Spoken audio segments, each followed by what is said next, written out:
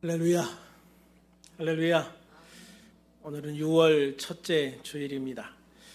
6월 첫째 주일에 성찬을 통해서 주님의 십자가 사랑과 은혜를 우리 마음에 새기고 또 축복 안수 기도를 통해서 이번 6월에도 주님의 축복과 은혜를 또 그 은혜에 대한 소망을 우리 가슴에 새겨 주시기를 소망합니다. 우리들 모두 이 호국의 달인 6월 달에 우리를 위해서 헌신하시고 희생하신 모든 분들과 또 오늘날 우리들이 이렇게 믿음 생활을 할 수 있게 되기까지 순교와 수많은 고난을 당하면서 헌신하고 희생하신 이 모든 믿음의 선배들을 기억하면서 감사하는 그런 한 달이 될 수 있기를 소망합니다. 오늘은 성찬을 하면서 주님이 주신 새 언약에 대해서 다시 한번 생각해 보려 합니다. 언약이라는 것은 두 주체가 쌍방간에 맺은 약속이라고 되어져 있습니다. 그러므로 이 언약은 두 주체가 함께 이 약속을 지켜야 합니다. 둘 중에 하나가 약속을 어기면 이 언약은 의미가 없어지는 것이죠. 이 언약의 의미를 분명하게 볼 수 있는 한 예화가 있습니다. 1141년 중세 독일에서 이러한 일이 있었다고 하는데요. 비바리아라고 하는 제국과 스와비아라는 제국 간에 치열한 전쟁이 있었습니다. 그러다가 바바리아 제국이 싸움에 밀려서 군주인 울프 공작은 자신의 성 와인스버그에 갇힌 몸이 되었다고 그래요. 성 밖에는 적인 스와비아 제국의 프레드릭 공작이 동생 콘드라 왕과 함께 군사를 이끌고 와서 성을 완전히 포위하고 있었습니다. 울프 공작은 더 이상 버텨봤자 승산도 없고 자신의 백성들이 더 큰 어려움에 처할 것을 염려해서 두 가지 조건을 걸고 항복하기로 합니다. 첫 번째 조건은 여성과 어린아이들은 죽이지 말고 살려달라. 두 번째 조건은 이 여성들이 성 밖으로 항복하고 나갈 때 그들에게 가장 귀한 것 한 가지를 가지고 갈 수 있게 해달라라는 것이었어요. 이 조건을 들어주면 성과 성 안의 모든 것을 바치겠다라고 제안합니다. 스와비아 제국의 콘드라 왕은 이 울프 공작의 제안을 전적으로 받아들이고 그렇게 하겠다고 문서에 서명까지 했습니다. 그 약속을 근거로 드디어 와인스버그 성문이 활짝 열렸습니다. 그런데 성문이 열리자 콘드라 왕은 깜짝 놀라게 되죠. 왜 그러냐면 생명을 보장받은 여인들은요 모두 자신의 남편을 등에 업고 힘겹게 걸어오고 있었기 때문입니다. 그녀들이 가지고 나온 가장 소중한 것은 남편이었습니다. 그러니까 여자와 어린아이들은 죽이지 않겠다고 약속을 했는데 이제 남편까지 등에 업고 오니까 이 남편도 죽일 수 없게 되어진 거죠. 이 모습을 지켜보던 이 콘드라 왕은 그 모습에 놀라고 감동을 받았습니다. 콘드라 왕은 약속대로 그 자리에서 여인들과 그 여인들이 얻고 나온 그들의 남편을 완전한 자유인으로 안전을 보장해 주었습니다. 그리고 그들을 모두 연회에 초청했고 더 좋은 조건으로 평화협정을 맺었습니다. 그때 이 평화협정을 맺은 와이버 트로이의 언덕은 지금까지 여인들의 헌신이라는 이름의 언덕으로 불리고 있다라고 이야기를 해요. 그렇습니다. 이처럼 약속이라는 것은요, 굉장히 중요한 것입니다. 이 약속을 지키기 위해서 자신이 손해를 볼지언정 약속을 어기면 안 되는 것이죠. 약속을 어긴 사람은요, 신의가 없는 사람이라고 해서 이웃 사람들이 그를 믿어주지 않았어요. 이 사회에서 일종의 매장되는 거죠. 그래서 약속은 굉장히 중요한 것이다. 어떤 일이 있어도 약속은 지켜야 한다라고 하는 것입니다. 그런데 본문 32절에 보면 이 언약은 내가 그들의 조상들의 손을 잡고 애굽 땅에서 인도하여 내던 날에 맺은 것과 같지 아니할 것은 내가 그들의 남편이 되었어도 그들이 내 언약을 깨트렸음이라 라고 말씀하고 있어요. 하나님께서 이제 이 백성과 맺으려는 언약은요, 이전에 그들의 조상을 애굽에서 인도하여던 날에, 그러니까 출애굽할 때 맺은 언약, 뭡니까? 바로 십계명을 통해서 맺은 그 언약이죠. 그 언약과 같지 아니하다라고 말씀하고 있어요. 왜냐하면 이전에 맺은 언약은 이미 이 백성들이 깨트렸기 때문입니다. 내가 그들의 남편이 되었어도 그들이 내 언약을 깨트렸음이라. 참 안타까운 말씀이죠. 하나님께서 이 말씀을 하실 때 그 마음이 어떠셨을까라는 생각을 해봐요. 하나님께서 이스라엘 백성이 남편이 되었다. 이것은 하나님께서 그들의 주인이 되셔서 그 백성들을 지키시고 인도하시고 보호하시는 분이었다는 겁니다. 그럼에도 이들은 하나님과의 언약을 헌식짝처럼 버렸습니다. 하나님을 믿지 않았습니다. 하나님을 신뢰하지 않았습니다. 하나님을 바라보지 않았습니다. 대신 그들은 사람을 바라보았습니다. 강한 세력을 가진 나라를 바라보았습니다. 하나님의 말씀이 아니라 자신들의 생각과 경험을 의지하였습니다. 하나님의 말씀이 아니라 선동가의 말을 듣고 하나님을 떠나 자기들의 길로 걸어갔습니다. 지금도 이 선동가의 말이 상당한 영향력을 미치고 있는 것을 많이 보게 되어지죠. 이 선동가들의 무대가 지금은 유튜브로 옮겨간 것 같아요. 그래서 결국 사람들은요, 하나님을 떠나 자기의 길로, 자기들의 길로 가게 되었죠. 그래서 하나님은 이제 그들과의 언약은 깨어졌다. 그들과의 언약은 깨어졌다라고 말씀하고 있는 거예요. 그렇기 때문에 이제 새로운 언약이 필요해진 겁니다. 이 새 언약이라는 것은요, 옛 언약을 갱신한다거나 아예 새롭게 맺는다는 의미가 있어요. 옛 언약은 아브라함을 통해 주신 언약이요, 율법을 통해 주신 언약입니다. 그런데 이 언약은 사람들을 구원하는 데 분명한 한계가 있었습니다.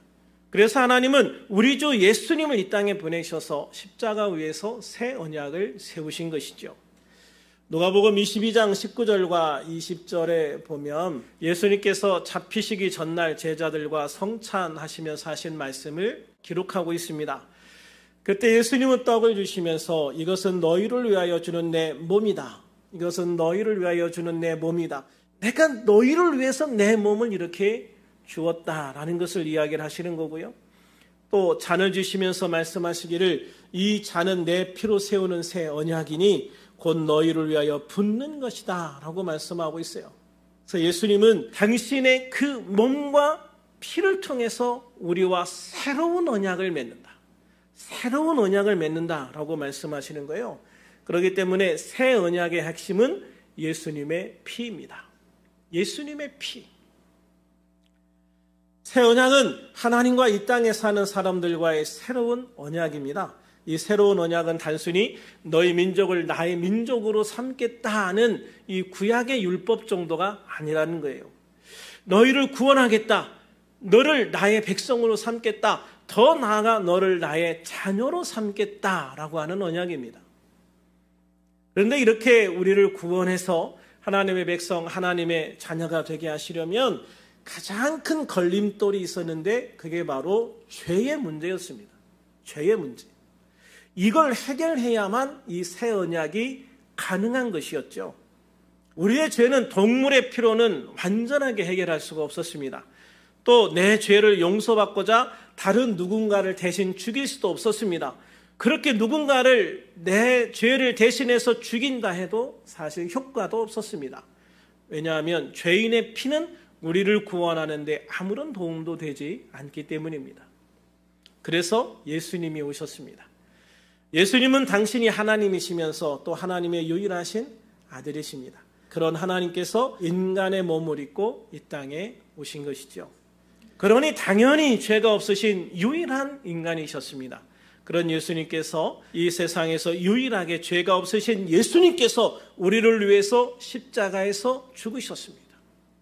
죄가 없는 유일하신 예수님께서 이 세상에 죄를 지고 살아가는 이 모든 사람들을 위해서 죽으신 것입니다. 그리고 그 피로 우리와 새로운 언약을 맺었습니다. 그 핵심은 요한복음 1장 12절 말씀과 같이 영접하는 자 곧 그 이름을 믿는 자들에게는 하나님의 자녀가 되는 권세를 주신다라는 약속입니다. 예수님은 이 새 언약을 위해서 십자가에서 죽으셨고 3일 만에 다시 살아나셨습니다. 언약은 쌍방간의 약속이라고 했죠. 그러므로 이제 우리가 이 언약을 지킬 차례인 거죠. 하나님은 약속을 지키셨습니다. 새 언약을 통해서 내가 너희를 구원하겠다라는 약속을 하셨습니다. 예수님이 십자가에서 죽으시고 부활하심으로 이미 그 약속은 이루셨습니다. 이제 쌍방간에 남은 한 대상자가 있습니다. 바로 인간의 결단입니다. 그래서 우리들은 예수님의 십자가 보혈과 부활의 복음을 믿어야 하는 것이죠. 예수님을 내 안에 영접해야 하는 거예요. 그러면 우리들은 우리 죄를 사함받게 됩니다. 하나님의 백성이 됩니다. 하나님의 자녀가 되는 권세를 갖게 됩니다. 할렐루야.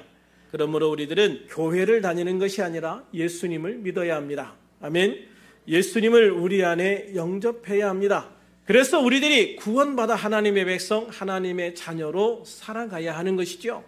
그런데 우리들이 예수님을 믿고 영접하면 새 언약을 통해서 우리들이 하나님과 하나가 된다라고 말씀하시고 있습니다. 본문 33절을 같이 한번 읽어볼까요? 시작. 그날 후에 내가 이스라엘 집과 맺은 언약은 이러하니 곧 내가 나의 법을 그들의 속에 두며 그들의 마음에 기록하여 나는 그들의 하나님이 되고 그들은 내 백성이 될 것이라 여호와의 말씀이니라. 할렐루야. 그런데 요한복음 15장 5절에 보면 이런 말씀을 하고 있습니다. 예수님께서 말씀하시기를 나는 포도나무요 너희는 가지라. 그가 내 안에 내가 그 안에 거하면 사람이 열매를 많이 맺나니 나를 떠나서는 너희가 아무것도 할 수 없음이니라 라고 말씀하시죠. 그렇습니다. 우리 안에 새겨질 말씀, 그분이 누구예요? 그 말씀, 그 언약, 우리 안에 새겨질 새 언약, 그게 뭐예요? 바로 예수님 자체라는 거예요. 그래서 우리가 예수님을 영접하면 예수님이 내 안에 들어오셔요. 내 안에 나와 함께 계셔요. 그래서 이제 예수님과 나는 하나가 되어지고 그 새 언약은 내 안에 새겨진다. 예수님이 내 안에 들어오심으로 예수님을 통한 새 언약이 내 안에 새겨진다. 그리고 나와 예수님은 이제 하나다. 나와 하나님은 이제 하나가 되었다라고 선포하고 있는 것이죠. 여러분도 예수님을 영접하셨죠? 그러면 여러분 안에 성령님이 여러분 안에 계심을 믿으십니까? 그래서 여러분은 하나님의 성전이 되는 것이고 여러분은 하나님과 하나가 되어지는 거예요. 그래서 제가 늘 말하지만 예수 믿는 사람들에게는 말을 함부로 하면 안 된다. 왜 그래요? 예수 믿는 사람들에게 말하는 것은 그 안에 계신 하나님께, 예수님께 동시에 말하고 있는 거예요. 그래서 예수를 믿는 사람들은요, 언어에 특별히 조심해야 됩니다. 저속한 언어를 쓰지 않아야 되고요. 저주하는 언어를 쓰지 않아야 되고요. 특별히 그리스도인들에게 있을 때는 더 그렇습니다. 그래서 우리가 항상 내 안에 계신 주님을 섬기는 자로 함께 살아야 되고 내가 누군가 그리스도인을 볼 때는 그 안에 주님이 함께 하신다는 것을 보면서 그 사람을 섬길 때 그 안에 계신 주님을 섬기게 되어지는 것이다라는 것을 반드시 기억해야 될 줄로 믿습니다. 이렇게 주님과 내가 하나가 되면 우리는 열매를 많이 맺는 성도가 되어질 수 있다. 내 안에 생명이 있기 때문입니다. 그러므로 우리들은 새 언약을 따라서 예수님의 보혈로 죄사함을 받게 되어집니다. 본문 34절에 보면 내가 그들의 악행을 사하고 다시는 그 죄를 기억하지 아니하리라 라고 말씀하셨습니다. 다시는 그 죄를 기억하지 아니하리라. 그러니까 여러분 우리가 한 번 회개하면 두 번, 세 번 반복해서 회개할 필요가 없는 거예요. 내가 예수님의 보혈로 완전히 내 죄를 사함받을 수 있다는 걸 믿어야 돼요. 그런데 여기에서 굉장히 중요한 게 뭐냐면 내가 사람과 사람 사이에 지은 죄가 있을 때 내가 회개하려면 내가 그 사람에게 먼저 용서를 구하고 회개해야 하는 것입니다. 그래서 예수님께서 재물을 들고 가다가 내가 누구에게 원망받을 일이 생각나면 그 재물을 거기에 두고 먼저 그 사람에게 용서를 구하고 와서 그 재물을 드리라. 이렇게 말씀을 하신 거죠. 근데 우리가 이거를 착각해서 무조건 주님 용서해 주십시오라고 하면 용서가 된다라는 착각을 받으면 안 된다는 거죠. 이렇기 때문에 많은 그리스도인들의 삶이 회개를 하고 있으면서도 삶의 변화가 되지 않는 거예요. 그래서 기억하십시오. 사람에게 잘못을 했을 때는 반드시 그 사람에게 먼저 용서를 구하고 회개하십시오. 그래야 우리의 죄가 완전히 잊혀지는 죄가 되어질 줄로 믿습니다.